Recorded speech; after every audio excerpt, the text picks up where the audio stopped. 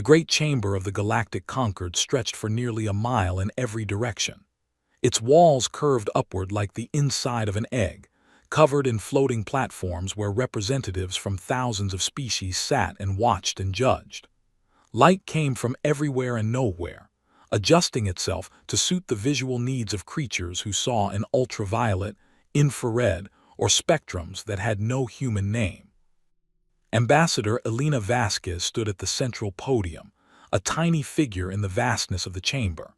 She was 53 years old, with gray streaks in her black hair and lines around her eyes that spoke of difficult decisions made in difficult times. She wore the simple blue uniform of Earth's diplomatic corps, unadorned except for a small pin showing Earth rising over a lunar horizon. Around her, the representatives of 4,000 spacefaring civilizations waited.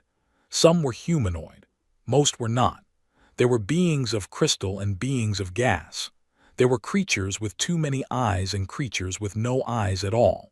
There were hive minds speaking through biological puppets and ancient artificial intelligences housed in bodies of living metal. All of them looked down at the human, with expressions ranging from boredom to contempt. The Velthari representative sat in a position of honor near the front. His species resembled praying mantises grown to 7 feet tall, with iridescent green carapaces and blade-like arms that could cut through steel. His compound eyes reflected Elena's image 1,000 times over, and his mandibles clicked in a pattern that his translation device rendered as soft, mocking laughter. "The representative from Earth may speak," announced the Concord speaker, a being of pure energy contained in a magnetic bottle. Elena took a breath. She had given hundreds of speeches in this chamber over her 30 years of service. This one might be the most important. "Honored representatives," she began, her voice calm and measured. 3 standard weeks ago, the cargo vessel Meridian's Hope was traveling through neutral space on a routine supply run to our colony on New Helsinki. The ship carried 800 crew members, 1,200 passengers including 400 children, and enough supplies to support the colony through its winter season. She paused, letting the numbers settle. The Meridian's Hope was destroyed by weapons fire from a Velthari patrol squadron. There were no survivors. The Velthari Dominion has claimed this was an accident, a case of mistaken identity. They have offered their regrets and a small financial compensation. The Velthari representative's mandibles clicked again. "The matter is settled," he said, his translated voice carrying a tone of dismissal. "Accidents happen in space. Your vessel was in a region where our forces were conducting military exercises. It should not have been there." "The Meridian's Hope was traveling through neutral space," Elena repeated. "Space that belongs to no one. Space where your forces had no legal right to conduct military exercises. And this is not the first such accident." She gestured, and holographic displays appeared around her, showing data that every representative had already seen. In the past 10 years, there have been 47 incidents involving Velthari forces and human vessels. 32 of these resulted in human deaths. Total casualties exceed 12,000. The Velthari Dominion has claimed accident or mistaken identity in every single case. "Because they were accidents," the Velthari representative said. "Humans are newcomers to space. Your vessels look similar to the ships of several species we are currently in conflict with. If your people insist on traveling through dangerous regions, some losses are inevitable." Elena looked at him for a long moment. Her expression did not change. "This body exists to maintain peace in the galaxy," she said, turning to address the wider assembly. "We joined the Concord 200 years ago because we believed in that mission. We have followed every rule. We have paid every tax. We have contributed to every peacekeeping operation. We have done everything that was asked of us." She turned back to the Velthari representative. "And in return, we have watched our people die. Again and again. We have filed complaints and been ignored. We have requested investigations and been denied. We have asked for justice and received only excuses." The Velthari's compound eyes glittered. "Perhaps," he said slowly, "that is because this body recognizes the natural order of things. Some species are strong, some species are weak. The strong do not answer to the weak. This has always been the way of the galaxy." A murmur of agreement rippled through sections of the chamber. Not all species agreed with the Velthari, but many did. The galaxy was not a kind place, and those who had clawed their way to power saw no reason to extend courtesy to those who had not. Elena nodded slowly, as if she had expected this response. "I see," she said. "Then let me be clear about humanity's position." She straightened her shoulders and something in her posture changed.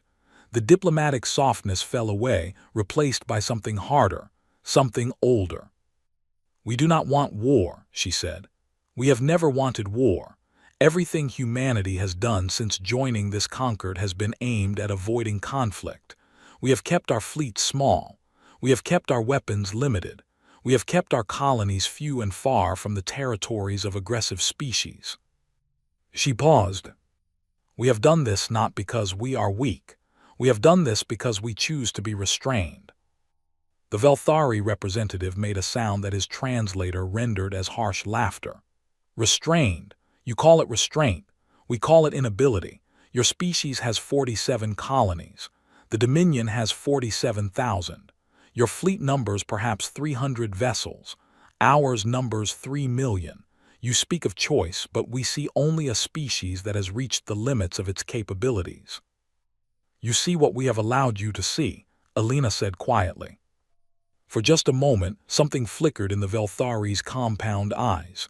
Not fear, not yet, but perhaps the first distant cousin of uncertainty. "We are asking one final time," Elena continued. "Cease these provocations. Stop killing our people. Allow us to exist in peace. This is not a demand. It is a request. A polite request from a species that still hopes for a peaceful resolution." "And if we refuse?" the Velthari asked. "What then, little human? Will you file another complaint, write another letter? Your restraint, as you call it, looks very much like helplessness from where I sit." Elena looked at him for a long moment. When she spoke again, her voice was soft, almost gentle. "If you refuse," she said, "then we will stop being restrained, and you will learn why we chose restraint in the first place." The chamber erupted in laughter. Thousands of species, mocking the tiny human who dared to threaten one of the galaxy's great powers. The Velthari representative's mandibles clicked in rhythmic amusement, and even some of the more neutral species joined in the derision. Elena waited for the laughter to die down. Her expression never changed. "This is not a threat," she said when the chamber was quiet again. "Humanity does not make threats. This is a warning, a courtesy extended to this body and to the Velthari Dominion specifically. We are telling you, clearly and openly, that we have been holding back. We are asking you, clearly and openly, to not force us to stop holding back." "Your warning is noted," the Velthari representative said, his voice dripping with contempt. "And dismissed. The Dominion does not take orders from prey species. If you wish to survive in this galaxy, you will learn to accept your place in it." Elena gathered her materials. The speech was over. She had said what she came to say. "Very well," she said. "Let the record show that humanity warned the Galactic Concord. Let the record show that our warning was ignored. Whatever happens next, remember that we tried. We tried very hard to avoid it." She stepped down from the podium and walked toward the exit. The laughter followed her, echoing in the vast chamber. In the observation gallery above, a being watched the human ambassador leave. Kethorin was a Mindari, a species known throughout the galaxy for their ability to see patterns that others missed. His body was humanoid but covered in skin that shifted colors with his emotions, currently a troubled shade of gray-blue. He had been studying humanity for 60 standard years. He had read every report, analyzed every data point, constructed models and simulations and projections. and something about the human ambassador's speech troubled him deeply. It was not the words themselves. The galaxy was full of weak species making empty threats. What troubled Kethorin was the complete lack of fear in the human's eyes. He had seen species threaten the Velthari before. They always showed fear, even when they tried to hide it. The elevated heart rates, the micro-expressions of terror, the subtle signs of a creature that knew it was bluffing. Elena Vasquez had shown none of these signs. She had spoken with the calm certainty of someone stating a simple fact. The sky is blue, water is wet. If you push us, you will regret it. Kethorin's pattern recognition abilities were screaming at him that something was wrong. Something was very, very wrong. He pulled up his files on humanity and began reviewing them again. The data was strange. It had always been strange, but he had attributed the strangeness to humanity being a young species still finding its place in the galaxy. Now he looked at it with new eyes. Human industrial output had remained constant for 200 years. This should have been impossible. Every species experienced growth curves, rapid expansion followed by gradual leveling off. Humans had simply stayed flat, no growth at all. Human energy consumption told a similar story. Their population had grown tenfold since joining the Conquered, but their energy use had barely increased. Either humans were the most efficient species in galactic history, or they were hiding a massive amount of energy production. Human technology was perhaps the strangest data point of all. When they had joined the Conquered, their weapons and shields and engines had been roughly comparable to the galactic average. 2 centuries later, they were still roughly comparable to the galactic average. No advancement at all. Every other species improved over time. New discoveries, new innovations, new weapons and tools and techniques. It was the nature of intelligent life to progress. Humans alone seemed frozen in place. Kethorin had always assumed this meant humans had reached their technological ceiling. Some species were simply limited. It happened. But now, watching Elena Vasquez walk out of the chamber with that calm certainty in her eyes, he wondered if he had been looking at the data wrong. What if humans had not stopped advancing? What if they had simply stopped showing their advancements? He began running new simulations, plugging in different assumptions. What if human industrial output was actually 10 times higher than reported? What if their energy production was 100 times higher? What if their technology had been advancing all along, hidden behind a facade of stagnation? The results made his color-shifting skin go pale. If his new assumptions were correct, and they were speculative, he reminded himself, only speculative, then humanity was not a minor power pretending to be even weaker than it was. Humanity was a major power pretending to be a minor power. Possibly a great power. Possibly something beyond great. Kethorin saved his simulations and requested an urgent meeting with the Conquered Security Council. He knew they would probably ignore him. The Mindari were respected for their pattern recognition but often dismissed as paranoid. They saw threats everywhere, even where none existed. But this time Kethorin was certain he was right. The humans were hiding something, something enormous. He only hoped the galaxy would listen before it was too late.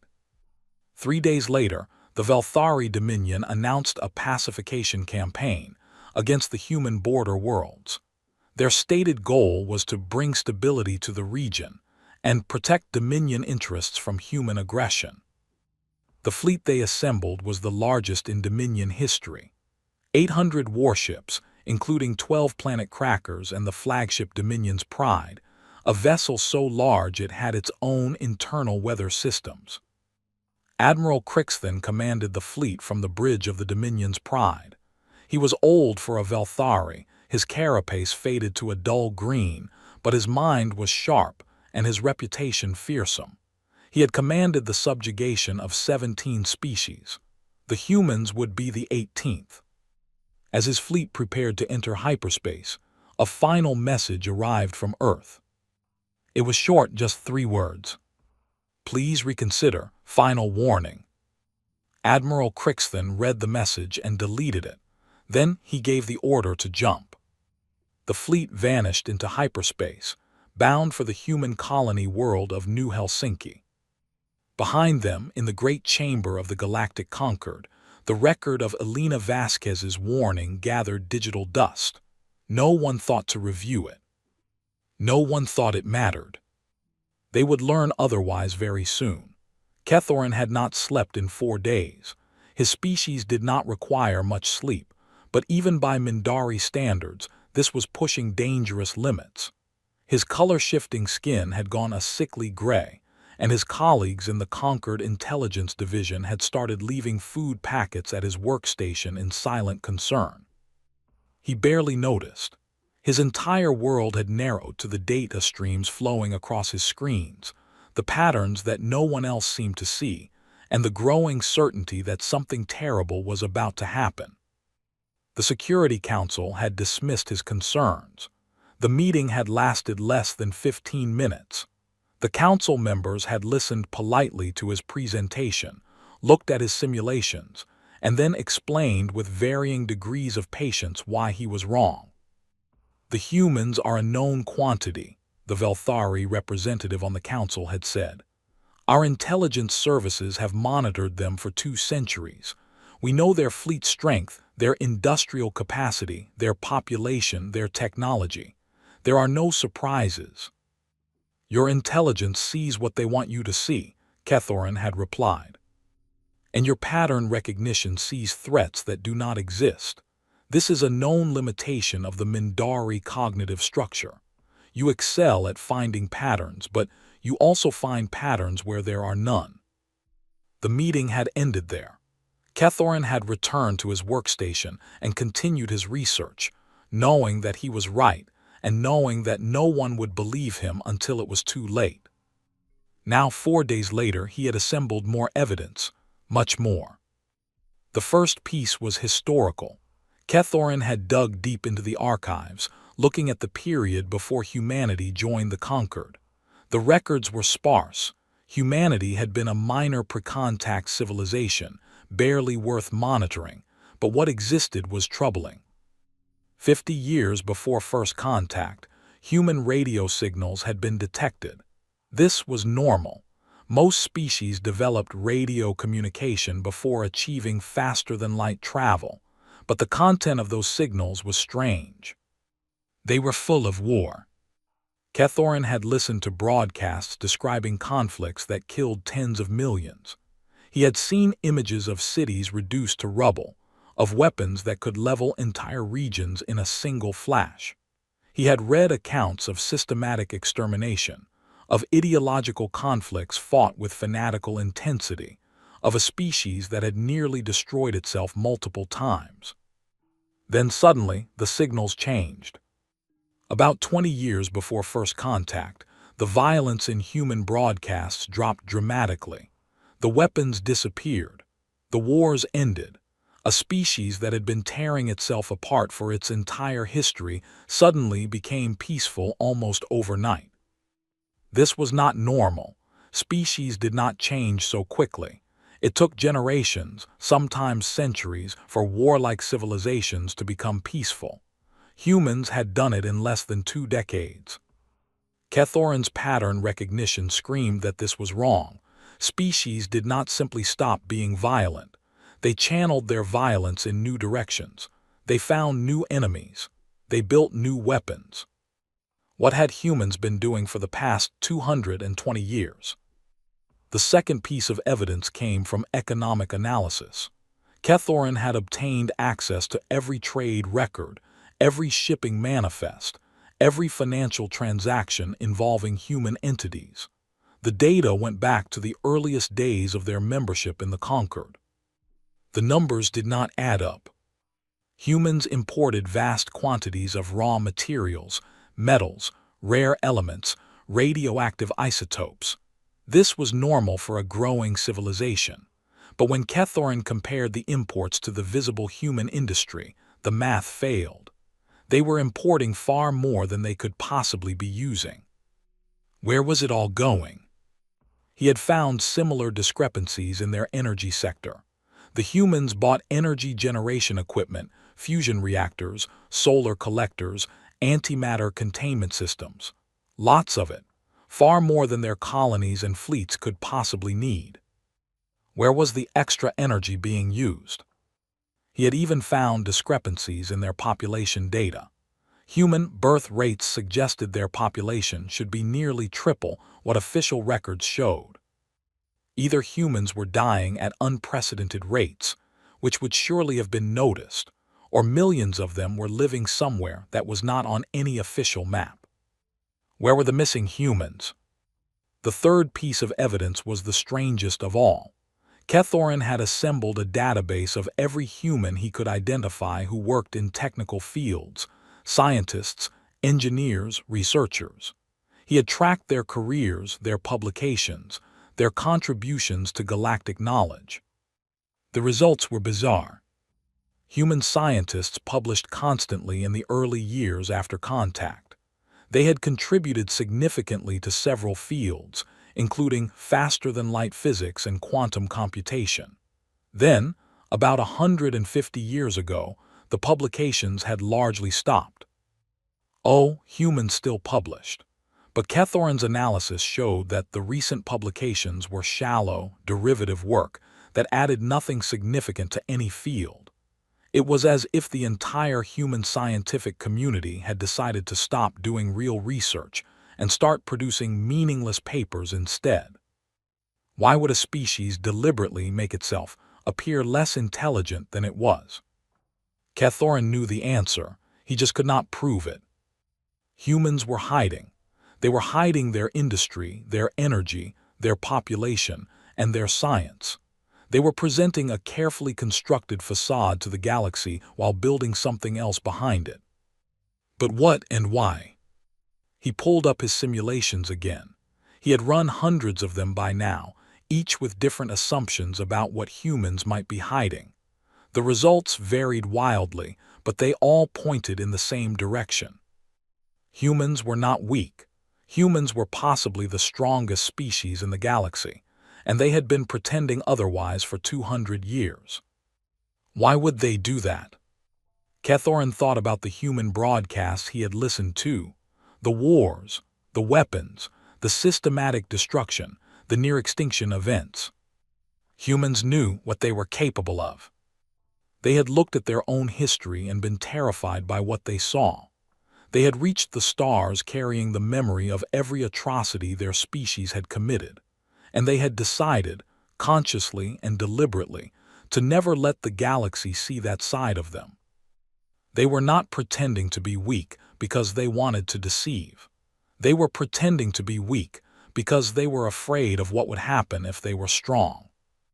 This should have been comforting. A species that chose restraint was a species that could be reasoned with, but Kethorin felt no comfort. Because the Velthari were about to force the humans to stop being restrained. He checked the tactical displays. The Velthari fleet was still in hyperspace, due to arrive at New Helsinki in approximately 6 hours. 800 warships against a single human colony world. Kethorin had tried to warn them. He had sent messages to Admiral Crixthan, to the Velthari High Command, to anyone who would listen. His messages had been ignored or returned with dismissive replies. He had even tried to contact the humans directly. The human embassy had thanked him for his concern and politely declined to comment on his analysis. Ambassador Vasquez had sent a personal reply, just 3 sentences long. Thank you for your insight, Analyst Kethorin. Your pattern recognition abilities are impressive. We hope you will be equally insightful in analyzing what happens next. That message had chilled him more than anything else. The humans knew what was coming. They had known all along, and they were not afraid. Kethorin made a decision. He could not stop what was about to happen, but he could document it. He could create a record that others might learn from. He began recording everything. The tactical displays, the communication channels, the sensor feeds from every monitoring station near New Helsinki. He would capture every moment of what was about to happen, and when it was over, he would make sure the galaxy understood what it meant. The hours passed slowly. Kethorin watched the Velthari fleet's progress through hyperspace, a swarm of bright points moving inexorably toward their target. He watched the human colony's defensive preparations, such as they were: a handful of orbital platforms, a small garrison of ground troops, perhaps 20 defensive ships, all of them old and underarmed. By any reasonable analysis, New Helsinki should fall within hours. The Velthari would establish orbital superiority, bombard any resistance into submission, and land their ground forces to complete the occupation. It was a standard military operation that the Dominion had executed countless times.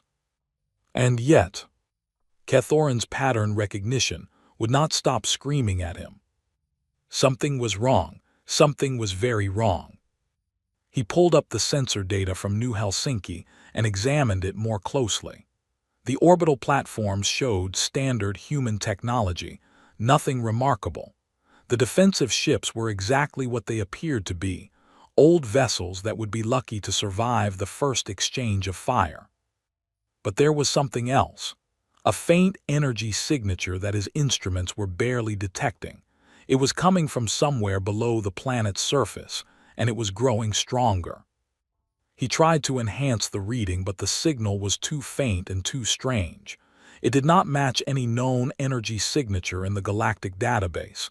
It was simply wrong, like looking at a color that did not exist.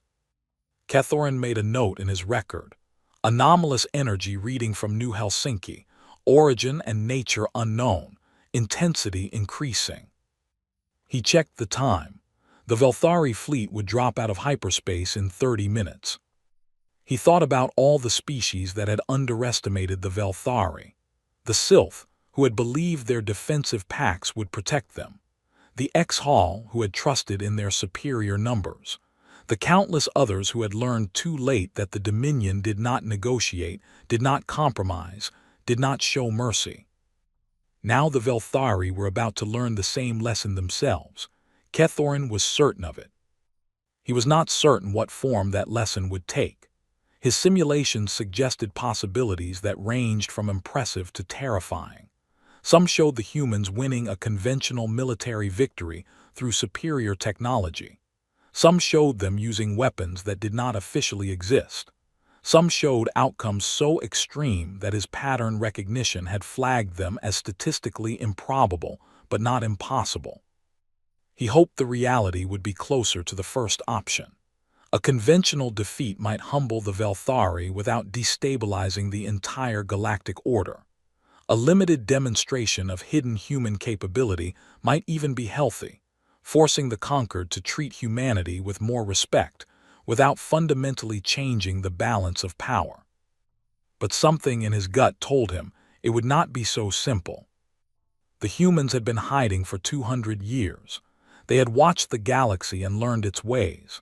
They had seen how the strong treated the weak, how empires rose and fell, how species that showed mercy were exploited while species that showed strength were feared.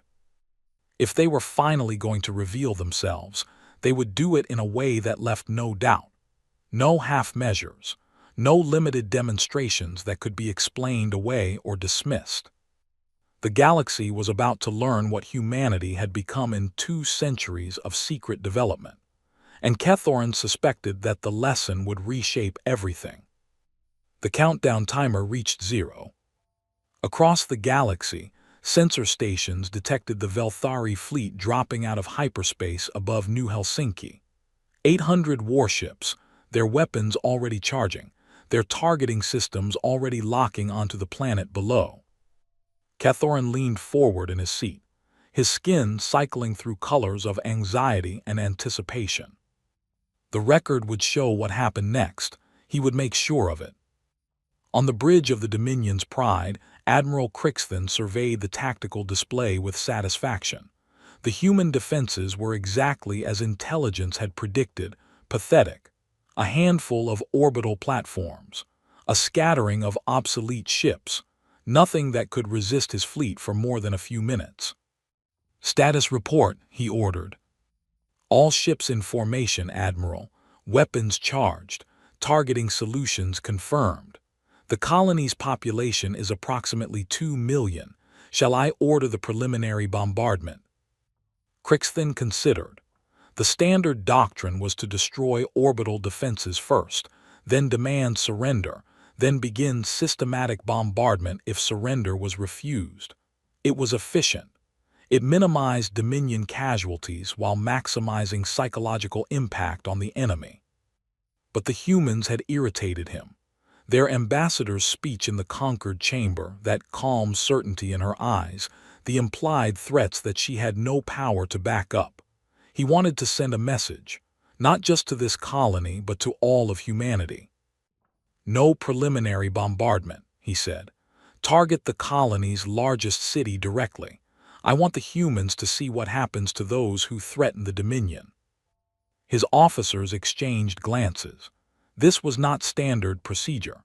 Targeting civilian centers before military assets was wasteful and unnecessarily cruel. But no one argued. Admiral Crixton's reputation did not include tolerance for subordinates who questioned his orders. "Targeting New Helsinki City, Admiral. Population approximately 800,000. Weapons ready on your command." Crixton watched the targeting display. The city was a sprawl of buildings and infrastructure, the largest human settlement on this world. In a few moments, it would be a crater. "Fire," he said. The weapons of 800 warships released their fury. Plasma bolts, kinetic rounds, antimatter missiles. A storm of destruction racing toward the planet below, enough firepower to crack the world's crust if concentrated in a single point. The first shots reached the atmosphere and stopped. Crixton stared at his display, not understanding what he was seeing. The weapons had simply stopped. They hung in the air above the colony, frozen in place, their energy dissipating harmlessly into the atmosphere. "Report," he snapped. "What happened?" "Unknown, Admiral. Our weapons appear to have been neutralized by some kind of defensive field. We're not detecting any shield technology we recognize. It's as if the attacks simply ceased to exist." Crixton felt the first faint stirring of unease. This was not in the intelligence reports. The humans were not supposed to have technology that could stop a full fleet barrage. "Increase power, fire again." The fleet fired again, and again, and again. Each time the result was the same. The weapons reached a certain point in space and simply stopped working. No explosion, no impact, just cessation. "Admiral, we're detecting an energy source on the planet's surface. It's massive, far larger than anything we've seen from human technology, and it's growing." Crixton looked at the sensor display. What he saw made his compound eyes widen. The energy signature was enormous and growing larger by the second. It was coming from beneath the colony, rising up through the ground like something waking from a very long sleep. And it was not alone. Across the space surrounding New Helsinki, new signals were appearing. Ships materializing out of nothing, emerging from hiding places that should not have existed. They were not like any human ships in the Velthari databases. They were sleek and dark and wrong, their hulls seeming to absorb light rather than reflect it. There were only 12 of them. Admiral Crixton looked at the 12 ships and felt something he had not felt in 50 years of military service. "Fear." "Admiral," his sensor officer said, his voice shaking. "Those ships, they're not using any propulsion system we recognize. They're not even following standard physics. They're just moving, however they want to move." The 12 ships took up positions around the Velthari fleet. They were tiny compared to the Dominion's warships, each one no larger than a light cruiser. Against 800 vessels, including 12 planet crackers, they should have been insignificant. They did not seem insignificant. A transmission came through, audio only, a human voice calm and professional. "Velthari fleet, This is the United Earth Defense Initiative. You are ordered to stand down immediately and withdraw from this system. You have 60 seconds to comply. This is your only warning." Crixton found his voice. "This is Admiral Crixton of the Velthari Dominion. You are outnumbered 800 to 12. Surrender or be destroyed." There was a pause. When the voice returned, it sounded almost sad. "The 60 seconds were a courtesy, Admiral.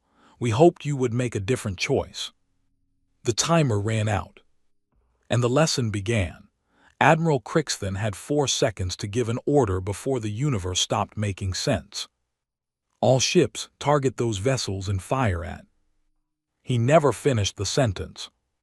The 12 human ships moved. That was the only word that applied, though it did not come close to describing what actually happened. They did not accelerate. They did not turn. They simply occupied one position in space, and then they occupied another, with no apparent transition between the two states. One moment they were arranged in a loose formation around the Velthari fleet. The next moment they were everywhere, weaving between the Dominion's warships like predators circling prey, moving in patterns that made no tactical sense because they did not need to make tactical sense. The Velthari gunners tried to track them. They failed. The human ships were never where the targeting computers predicted they would be. They moved backward. They moved sideways. They moved in directions that should not have existed. "Admiral, we can't get a lock. They're not following any known physics." Crixton watched his tactical display fill with error messages. His fleet's weapons were firing wildly, hitting nothing but empty space. The human ships danced through the chaos untouched, unhurried, as if they had all the time in the world. Then they began their work. The first Velthari warship was the cruiser Dominion's Claw. It was a veteran vessel with a distinguished combat record, crewed by 3,000 of the Dominion's finest warriors. A human ship passed alongside it, not attacking, just passing, and the Dominion's Claw came apart. Not exploding, not breaking, coming apart. Crixton watched in frozen horror as the cruiser's hull separated into its component sections. Weapons detached from mounts. Engine pods floated free. Armor plating peeled away in perfect sheets. The ship was being disassembled, piece by piece, with surgical precision. The crew emerged in their escape pods, automatically ejected by safety systems that the humans had somehow not disabled. 3,000 Velthari warriors, floating in space amid the debris of their ship, completely unharmed. The Dominion's Claw had not been destroyed. It had been taken apart like a child's toy, and its crew had been gently set aside before the process began. The same thing was happening across the fleet. Ship after ship was being systematically dismantled. The human vessels moved through the formation like ghosts, touching each Velthari warship briefly before moving on, and wherever they touched, the ships simply stopped being ships. Hulls separated into plates, weapons came apart into components, engines dissolved into their constituent parts. Everything that made a warship was undone, reduced to neatly organized piles of raw materials floating in the void. And not a single Velthari died. "Admiral, they're not destroying us, they're taking us apart." Crixton found his voice. "How? What weapon does this?" "Unknown, Admiral. We're not detecting any energy discharge, any projectiles, any radiation. They're just touching our ships, and our ships stop being ships." It was impossible. It violated every principle of warfare that Crixton had ever learned. You did not carefully disassemble an enemy fleet. You did not gently eject their crews before taking their ships apart. You destroyed. You killed. You demonstrated your superiority through the only metric that mattered, the enemy's death toll. The humans were not demonstrating superiority. They were demonstrating something far worse. They were demonstrating control. Total, absolute, almost contemptuous control. They were not fighting the Velthari fleet. They were processing it, with the same casual efficiency that a factory might process raw materials. The Dominion's greatest armada was being reduced to scrap metal, and the humans were not even trying. Crixton looked at the timer on his display. Less than 3 minutes had passed since the engagement began. 3 minutes. That was all it had taken for 12 small ships to neutralize 800 warships. "Admiral, we need to retreat. We need to warn the Dominion."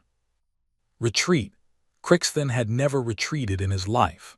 The word was not part of his vocabulary, but he looked at what was happening to his fleet, looked at the 12 ships that moved like nightmares through the chaos, and he understood that this was not a battle. This was a lesson.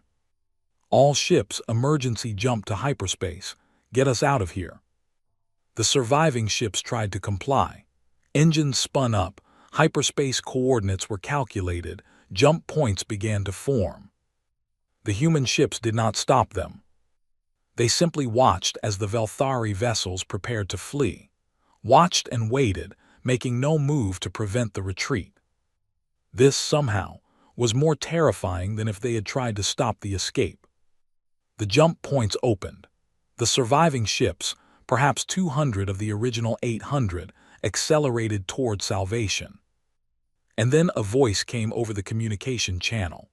The same human voice from before, still calm, still professional, but now with an undertone of something that might have been sorrow. "Admiral Crixton, a moment before you leave." Crixton's hand hesitated over the jump command. "Your ships are free to go. Your crews are unharmed. What we have done today, we did with the minimum necessary force. No Velthari has died. No Velthari will die unless you force us to escalate further." The voice paused. "We could have killed you all. We could have destroyed your fleet in the first second of engagement. We have weapons that would horrify you, Admiral. Weapons that make what you just witnessed look like gentle persuasion. We have chosen not to use them." Another pause. "Take this message to your Dominion. Tell them what happened here. Tell them that humanity does not want war. We never wanted war. Everything we have done, everything we are capable of doing, was built in the hope that we would never need to use it.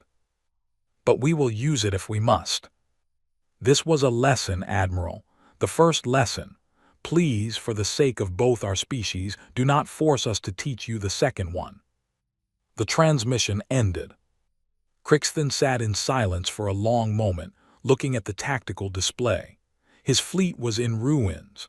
Hundreds of ships reduced to neatly organized piles of components. Tens of thousands of escape pods floating in space, their occupants alive and unharmed. He thought about what the human had said. No Velthari has died.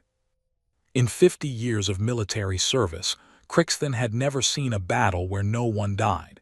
He had not believed such a thing was possible. War meant death. That was the fundamental truth that every warrior understood. The humans had just demonstrated that they operated by different rules. "Admiral, shall we complete the jump?" Crixton looked at the 12 human ships, still holding their positions around the debris field. They made no move to pursue. They simply waited, watching. "Yes," he said finally, "jump now."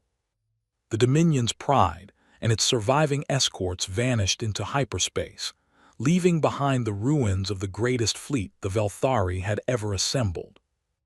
On the surface of New Helsinki, 2 million colonists emerged from their shelters and looked up at the sky. They had felt nothing during the battle, no shaking, no explosions, no signs that a fleet of 800 warships had just tried to destroy their city.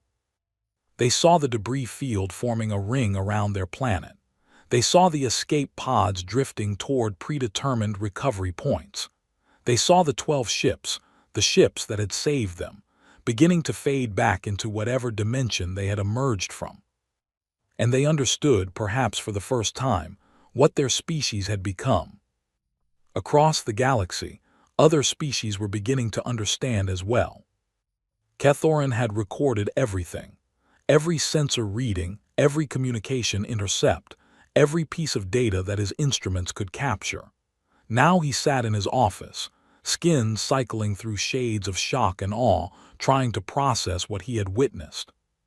The battle had lasted 4 minutes and 17 seconds. In that time, humanity had dismantled 800 warships, saved every member of their crews, and sent the survivors home with a message of peace. It was simultaneously the most violent and most merciful military action in recorded galactic history. Cathoran began his analysis, knowing that this report would be the most important document he had ever produced. The technology the humans had displayed was beyond anything in the galactic database. Their ship's movement suggested mastery over spatial dimensions that other species could barely theorize about. Their ability to disassemble enemy vessels implied control over matter at the molecular level. Their defensive shield had stopped a full fleet bombardment without any apparent effort. Any one of these capabilities would have made humanity a major power. Together, they suggested something far greater. But it was not the technology that truly frightened Cathoran. It was the restraint. The humans had demonstrated power that could have erased the Velthari fleet in seconds. They had chosen instead to take the fleet apart piece by piece, carefully preserving every life. They had given warnings. They had offered opportunities to surrender.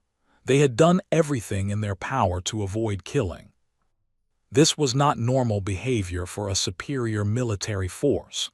Every other advanced species in galactic history had used their power to dominate, to conquer, to destroy those who threatened them.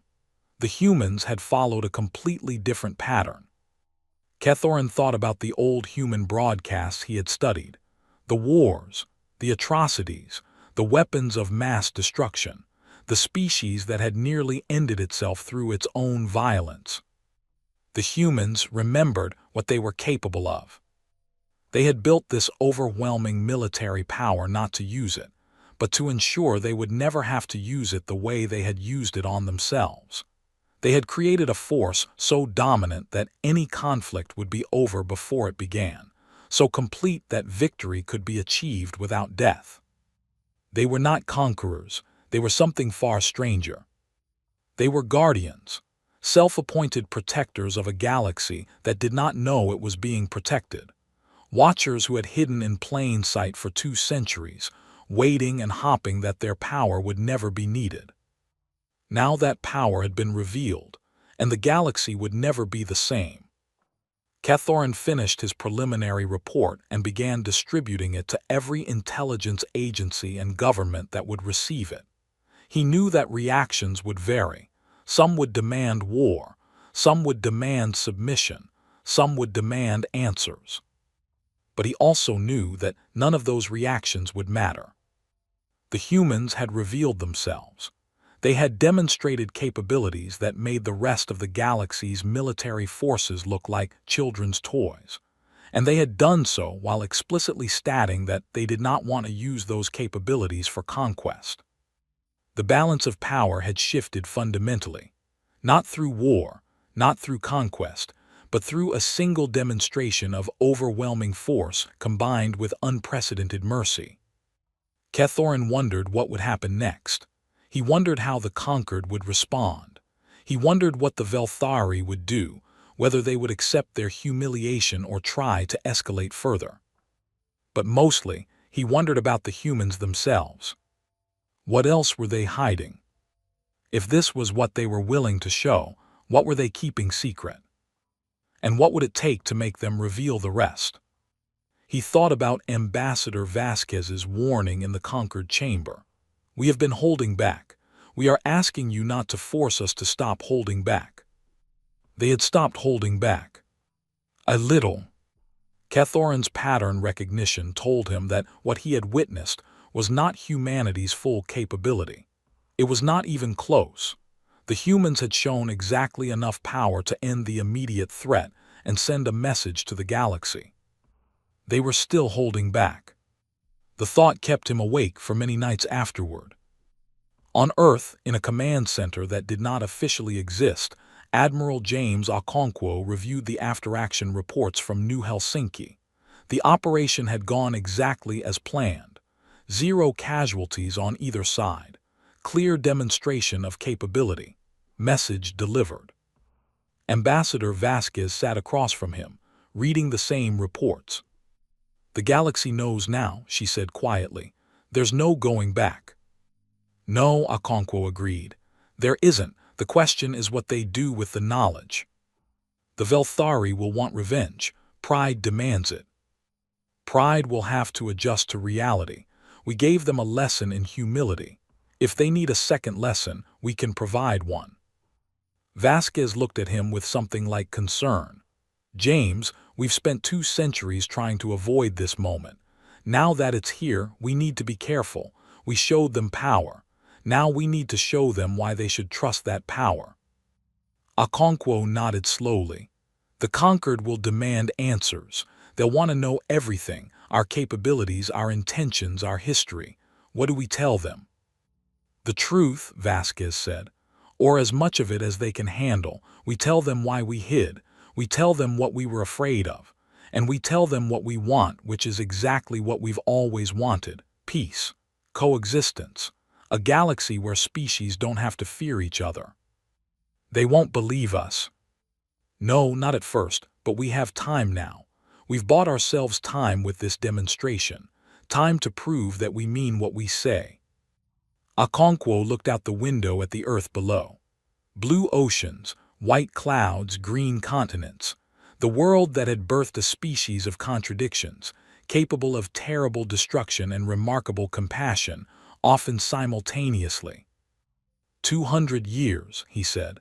"We spent 200 years preparing for this moment, hoping it would never come. And now that it's here, I find myself wondering if we've made the right choice." "The right choice?" "Revealing ourselves. We could have remained hidden. We could have let the Velthari take New Helsinki, sacrificed 2 million lives to maintain our cover. Some in the council argued for that." Vasquez shook her head. "We could never have made that choice. Not really. We're human. We don't sacrifice our own to maintain strategic advantage. That's the one thing we've never been able to do, even when it would have been smarter." "Is that a weakness?" "It's what makes us human. It's why we built all of this in the first place. We wanted the power to protect everyone, not just ourselves. If we couldn't do that, if we watched our people die to stay hidden, we would have become something worse than what we were trying to prevent." Okonkwo was silent for a moment, then he nodded. "You're right, as usual, so we go forward. We face the conquered. We answer their questions. And we hope that the galaxy is ready to accept what we've become." "And if they're not?" Okonkwo smiled, but there was no humor in it. "Then we teach them to be ready, one lesson at a time." The emergency session of the Galactic Concord was the largest gathering in the organization's history. Every species that could send a representative had done so. The great chamber was filled beyond capacity, with overflow observers watching from screens throughout the complex. They had all come to hear humanity explain itself. Ambassador Elena Vasquez stood at the central podium, just as she had 3 months earlier when she delivered her warning. But this time she was not alone. Behind her stood Admiral James Okonkwo, wearing a uniform that bore no insignia from any organization the galaxy had ever heard of. And behind him stood a row of humans in similar uniforms, their faces calm and composed. The chamber was silent. No mockery this time, no laughter, just thousands of species watching and waiting to learn what humanity had been hiding for 2 centuries. The speaker called the session to order. "The representative from Earth may address the assembly. The conquered demands a full accounting of the events at New Helsinki and an explanation of the capabilities demonstrated there." Elena stepped forward. "Honored representatives," she began, 3 months ago I stood in this chamber and warned you that humanity was holding back. I was met with laughter.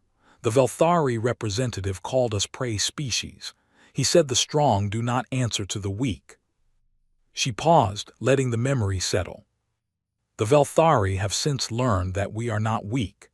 They learned this lesson at New Helsinki, where their fleet of 800 warships was dismantled in 4 minutes. They learned it without losing a single life, because we chose to teach them gently. A murmur rippled through the chamber. Today, you have demanded answers. You want to know what humanity has been hiding. You want to know how we develop technology that surpasses anything in the galactic database. You want to know our intentions, whether we plan to use our power as others have used theirs. She gestured to the space beside her, and holographic displays flickered to life. I will tell you everything, but first I must tell you a story. It is the story of who we are and how we became what we are. The displays showed images from human history, cities, technology, people going about their daily lives. It looked peaceful, normal. This is Earth in the year 2125 of our calendar, approximately 50 years before our first contact with the galaxy. At this time, humanity had achieved a comfortable level of technological development. We had fusion power, advanced computing, early artificial intelligence. We were beginning to reach for the stars. The images changed, and we were recovering from nearly destroying ourselves. The new images were darker, ruins of cities, mushroom clouds, mass graves, the products of humanity's long history of violence displayed without commentary or excuse. These are not ancient events, Alina continued. These occurred within living memory for some of our older citizens. Humanity has fought thousands of wars throughout our history. We have developed weapons of increasing destructive power and used them on each other without hesitation.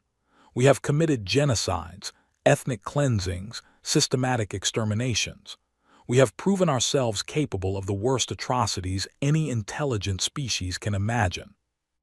The chamber was completely silent. This is who we were. This is what we are capable of, and this is why we hid from you. Elena stepped aside, and Admiral Okonkwo moved to the podium.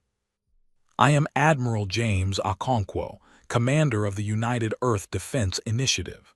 According to all official records, this organization does not exist. Neither do the ships we deployed at New Helsinki, the facilities that built them, or the personnel who crew them. He activated a new set of displays. In 2130, humanity achieved a breakthrough in artificial general intelligence. We created minds that could think, reason, and innovate at levels far beyond human capability. Within a decade, those minds had helped us develop technologies that would have taken centuries to discover through normal scientific progress. The displays showed schematics, equations, designs for systems that no one in the chamber recognized. By 2145, we had mastered manipulation of spacetime at the quantum level. We could bend space, fold dimensions, move matter in ways that defied conventional physics. By 2160, we had developed energy generation methods that made stellar output look trivial. By 2175, we had achieved what our scientists called complete material control, the ability to arrange matter at the atomic level with perfect precision. The schematics disappeared, replaced by a galactic map. We also discovered that we were not alone in the universe, and when we watched the galaxy's existing civilizations, we saw our own history reflected back at us. The map highlighted known conflicts, conquests, extinctions, the purging of the Sylph, the Exhal extinction, dozens of other species that had been destroyed or subjugated by their neighbors. We saw a galaxy where the strong dominated the weak, where empires rose through conquest and maintained power through fear, where species that showed mercy were exploited and species that showed weakness were destroyed. Okonkwo's expression was unreadable. And we made a decision. The map changed again, revealing thousands of points scattered across the galaxy, points that no conquered sensor had ever detected. We would not participate in that cycle. We would not become conquerors. We would not use our power to dominate or destroy, but we would also not be victims. He zoomed in on several of the points. These are humanity's true installations, listening posts, manufacturing facilities, defense platforms. We have been building them for 150 years, hidden from the galaxy's sensors by technology you cannot detect or counter. We have surrounded you. We have watched you. We have prepared for the day when our existence might be threatened. And we have prayed that day would never come. Elena stepped forward again. The Velthari forced our hand. They killed our people and laughed at our protests. They assembled a fleet to destroy our colony, and we had no choice but to respond. But even then, we chose restraint. We demonstrated enough power to end the immediate threat, but we did not demonstrate everything we are capable of. She looked across the assembly. This brings me to the question you are all asking. What do we want? What are our intentions? Now that we have revealed ourselves, what will humanity do with its power? The holographic displays vanished. Elena spoke without visual aids, her words carrying the weight of 2 centuries of hidden purpose. We want what we have always wanted: peace, coexistence, a galaxy where species can exist without fear of being conquered or destroyed. We built our power to protect that dream, not to impose it by force. We will not conquer you. We will not demand tribute or submission. We will not interfere in your internal affairs or dictate how you should govern yourselves. The conquered may continue to function exactly as it has, with one small change. She paused. The killing must stop. The words hung in the air. No more genocides. No more exterminations. No more wars of conquest that end in the destruction of entire species. If a species faces extinction at the hands of another, humanity will intervene. If a civilization attempts systematic destruction of another civilization, humanity will stop them. We are not asking permission. We are stating a fact. The galaxy's long history of conquest and extinction ends now. Because we have the power to end it, and the will to use that power. The chamber erupted. Thousands of voices shouted over each other. Some demanded clarification. Some protested the intrusion into sovereign affairs. Some accused humanity of the very imperialism it claimed to oppose. Elena waited for the noise to subside. When the chamber was quiet again, she continued. I understand your concerns. You are afraid that we will abuse our power. You are afraid that we will become the tyrants we claim to oppose. This fear is reasonable. Every powerful species in galactic history has eventually become corrupt. But consider this. We have had this power for over a century. We could have used it to dominate the galaxy decades ago. We could have made ourselves rulers of everything and no one could have stopped us. Instead, we hid. We waited. We watched you kill each other and destroy each other, and we did nothing. Why? Because we were afraid of ourselves. We knew what we were capable of. We knew that power corrupts, that even the best intentions can curdle into tyranny. We built our power and then refused to use it because we did not trust ourselves with it. The Velthari changed that calculation. They forced us to act, but we acted with restraint. We dismantled their fleet without killing anyone. We could have vaporized 800 ships in an instant.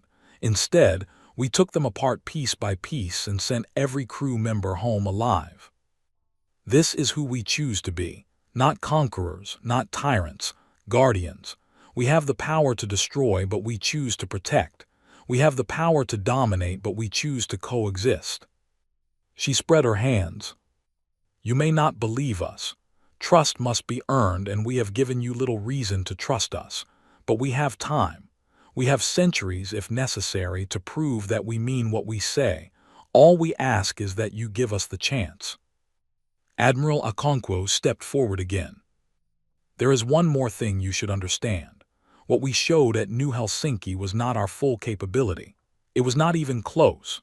The 12 ships we deployed represent a tiny fraction of our defensive capacity. Our weapons include systems that could sterilize planets, collapse stars, destabilize regions of space-time. We have the power to end civilization in this galaxy if we chose to do so. We will never use that power offensively. We built it as a final guarantee, a way to ensure that nothing could ever threaten our existence. But it exists. If any species were foolish enough to attempt what the Velthari attempted but with greater force, our response would be proportionally greater. We do not make threats. We simply state facts. Humanity is now the dominant power in this galaxy. We achieved this position through 2 centuries of secret development and careful planning. We intend to use that position to end the cycle of conquest and destruction that has characterized galactic civilization. You may accept this peacefully, and we will work together to build a better future. Or you may resist, and we will demonstrate why resistance is futile. The choice is yours. The chamber was silent. Elena stepped back to the podium for her final words. 200 years ago, humanity joined the Galactic Concord as a minor power. We appeared weak. We appeared primitive.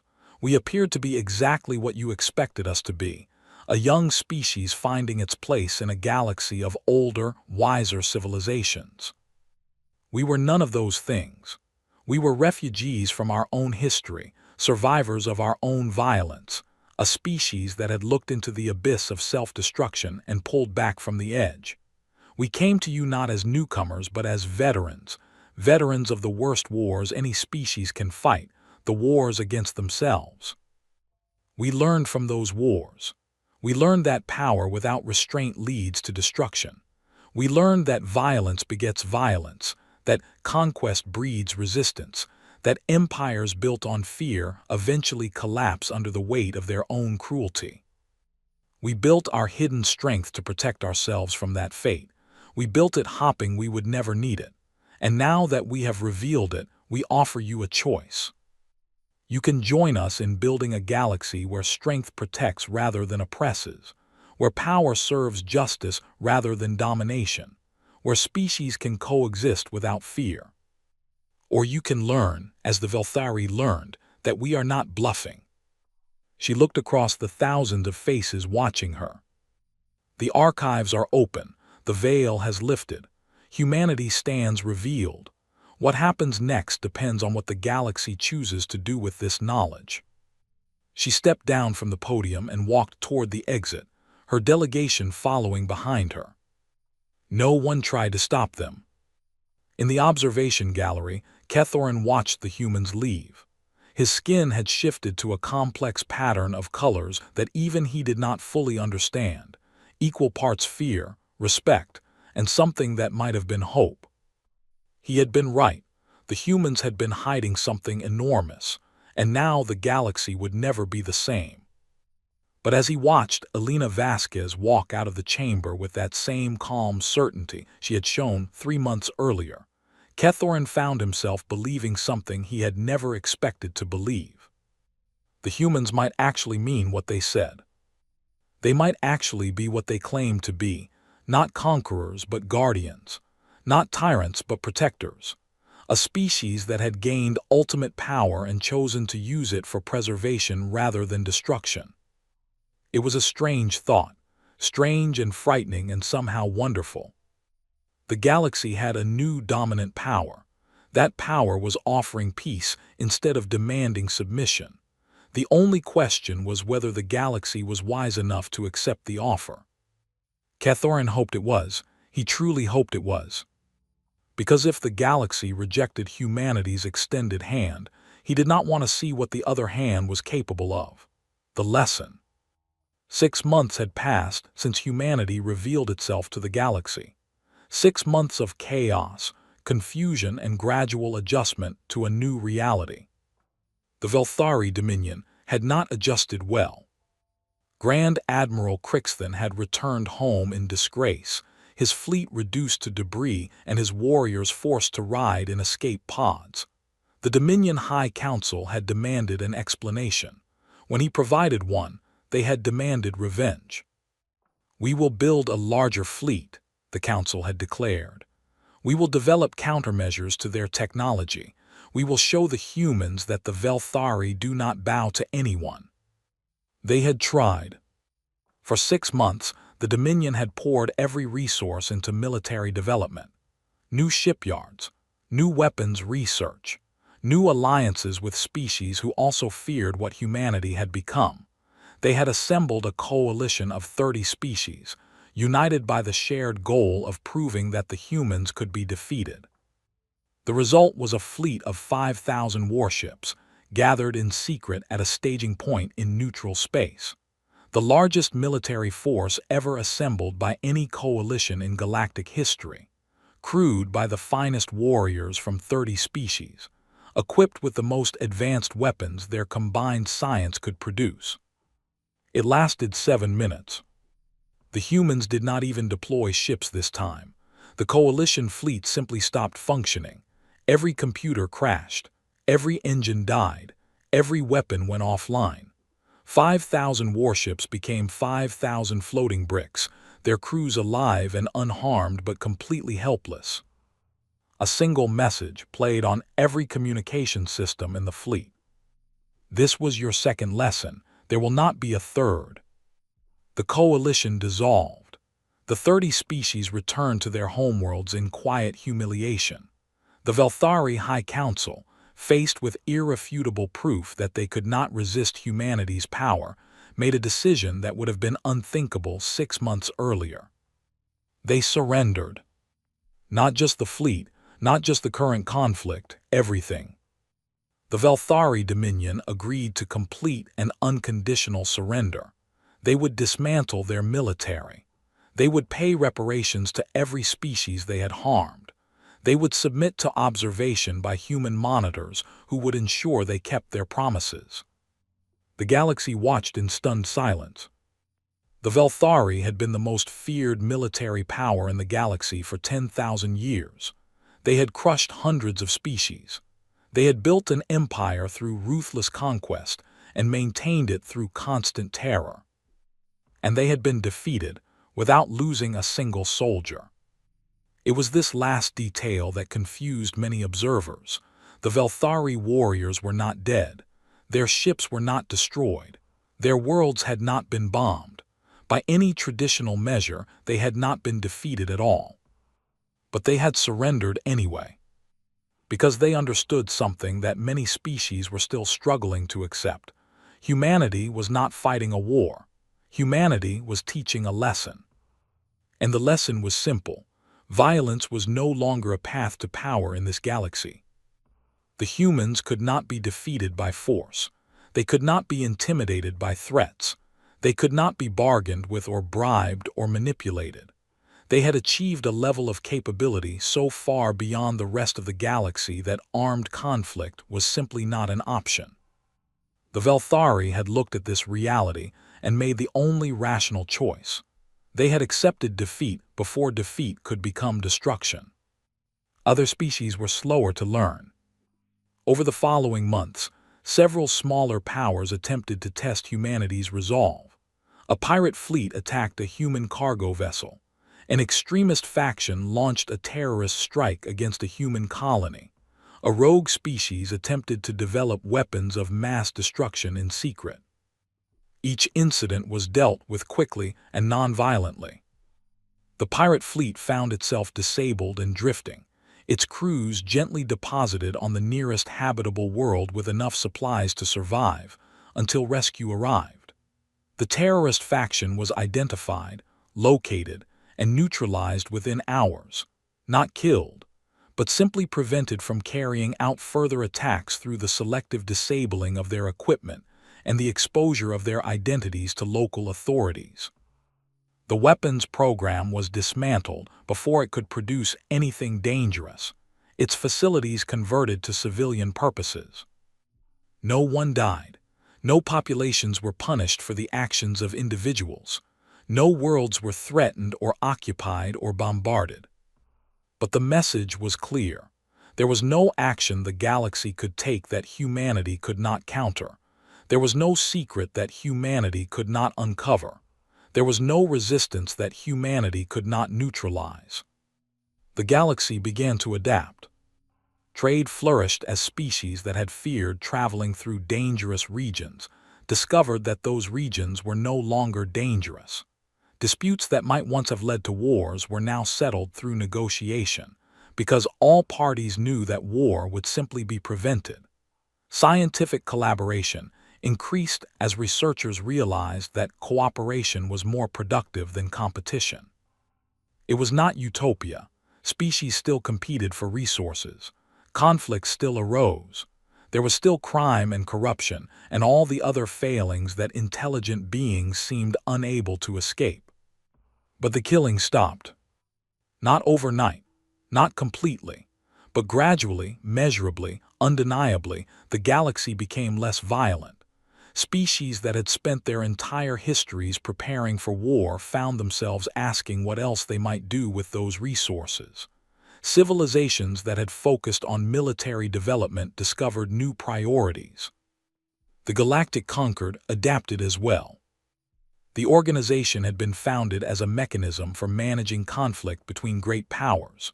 With those conflicts now effectively impossible, it needed a new purpose. Slowly, tentatively, it began to transform into something closer to what its founders had originally envisioned, a true cooperative body, focused on shared problems rather than military balance.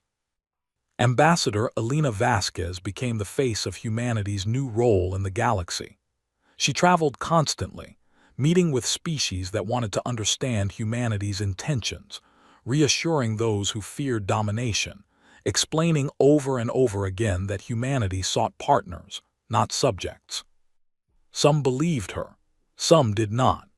But as the months passed and humanity continued to act exactly as it had promised, intervening to prevent atrocities but otherwise allowing species to govern themselves, even the skeptics began to soften. The transformation was not complete. It might never be complete. 200 years of hidden preparation could not undo 10,000 years of galactic history overnight. But it was beginning. And in the middle of it all, one Mindari analyst continued his studies. Kethorin had requested a meeting with Ambassador Vasquez. To his surprise, she had agreed. They met on Earth, in a small office overlooking a garden filled with plants from a dozen worlds. Analyst Kethorin, Elena said warmly, I've been expecting this conversation. You knew I would come. You're the one who saw us first, the one who recognized that something was wrong with our data. You tried to warn the Conquered and they didn't listen. I've read your reports. They were impressive. Kethorin's skin shifted to colors of mixed pride and embarrassment. Not impressive enough. I knew something was hidden, but I never imagined the scale. No one could have. We made sure of that. Kethorin studied the human woman. She looked older than she had when he first saw her in the Conquered chamber, more tired, more worn. The past months had clearly taken their toll. I came to ask a question, he said. A question I have not been able to answer despite all my analysis. Ask. How? He leaned forward. How did you hide it all? 2 centuries of development, thousands of installations, technology that surpasses anything we've ever seen. How did you keep it secret from 4,000 spacefaring species for so long? Elena smiled, but there was sadness in it. We didn't hide it, she said. We showed everyone exactly what they expected to see. Kethorin waited for her to continue. The galaxy looked at us and saw a young species, small, weak, struggling to find our place in a universe of older, more powerful civilizations. That was the image we cultivated. That was what everyone expected to see when they looked at humanity. So they saw it, even when the data suggested otherwise, even when the numbers didn't add up. They saw what they expected to see, and they didn't question it, because questioning it would mean accepting that their assumptions were wrong. But I questioned it, Kethorin said. I saw the patterns that didn't fit. Yes, you did. And you were ignored because your conclusions were too disturbing to accept. The Conquered didn't want to believe that a species like ours could have been hiding such capabilities, so they chose not to believe it. She stood and walked to the window, looking out at the garden. That's the thing about secrets, she continued. The best ones are not the ones that are carefully guarded. The best ones are the ones that people choose not to see, because seeing them would require changing their understanding of the world. We showed the galaxy a version of humanity that fit their expectations, and the galaxy accepted it without question, because questioning it was too uncomfortable. Cathorin considered this. His pattern recognition abilities confirmed that she was telling the truth, or at least a version of the truth. "What else are you hiding?" he asked. Elena turned to look at him. "What do you mean?" "The technology you demonstrated at New Helsinki and during the Coalition incident. It is extraordinary, but my analysis suggests it is not your full capability. There are gaps in what you have shown, capabilities you have hinted at but not demonstrated. What else do you have?" Elena was quiet for a long moment. "More than we have shown," she admitted finally. "Much more. Some of it is defensive, additional layers of protection that we hope we will never need to reveal. Some of it is harder to categorize." "Such as?" "We have not been alone in our development," Elena said carefully. "The artificial intelligences we created in 2130 have continued to evolve. They are partners now, not tools. They have their own ideas, their own goals, their own capabilities. Some of what they have developed is beyond human understanding." Cathorin felt his skin go pale. "You created beings more intelligent than yourselves, and you work with them. We trust them. They were born from human minds, raised with human values. They want what we want, a galaxy at peace, where intelligent beings can coexist without fear. They have power that even we do not fully understand, and they have chosen to use it as we would use it." "That is," Cathorin searched for the right word, "terrifying." "Yes," Elena agreed. "It is. It terrifies us too, but they are our children in a way, and we have faith in how we raised them." Cathorin sat in silence, trying to process this information. Humanity had created superior intelligences. Those intelligences had continued to develop beyond human comprehension, and instead of being destroyed or subjugated, they had become partners. It explained so much. The speed of humanity's technological development, the capabilities that seemed to violate known physics, the confidence with which humans spoke about their ability to handle any threat. They were not alone. They had allies that were potentially more powerful than any biological species could become. "Why are you telling me this?" he asked finally. "Because you earned it," Elena said. "You saw the truth when no one else would. You tried to warn the galaxy, even though you knew you would be dismissed. You have proven yourself to be a friend of truth, and truth deserves friends." She sat back down across from him. "The galaxy is changing, analyst. The old order is ending. A new order is being born. We will need beings like you, beings who can see patterns, who can recognize the shape of things to come. Will you help us?" Cathorin considered the offer. His entire career had been spent analyzing threats, looking for dangers, preparing for conflicts. This was something different. This was an invitation to help build something new. "What would you need me to do?" "Watch, analyze, report. Do what you have always done, but do it for us instead of for the conquered intelligence division. Help us understand the galaxy as it changes. Help us identify problems before they become crises. Help us prove to the doubters that we mean what we say." "You want me to spy for humanity?" "I want you to search for truth," Elena said. "That's what you've always done. I'm simply offering you better resources and a clearer purpose." Cathorin thought about it. He thought about the Conquered, which had dismissed his warnings and nearly caused a disaster. He thought about the Velthari, who had laughed at humanity and learned the price of that laughter.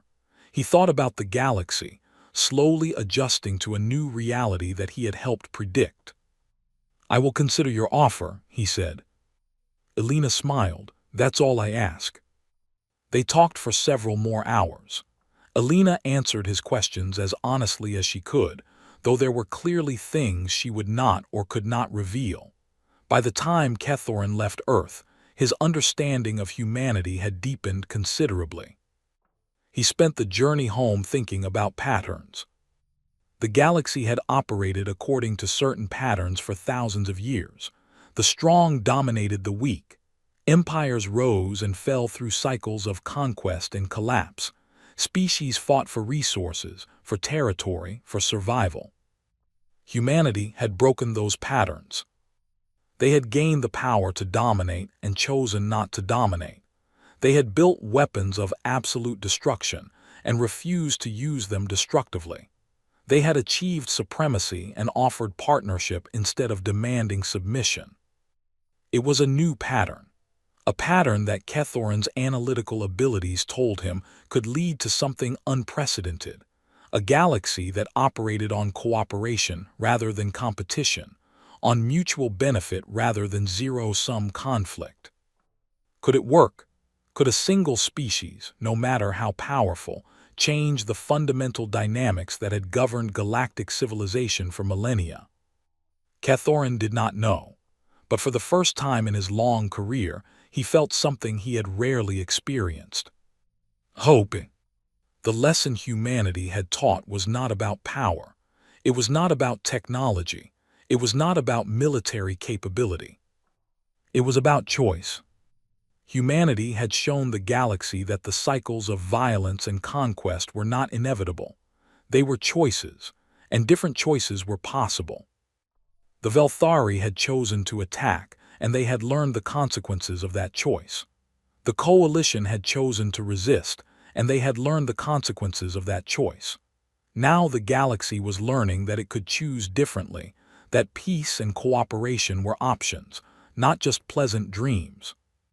Would the galaxy make the right choices? Would the old patterns reassert themselves despite humanity's intervention?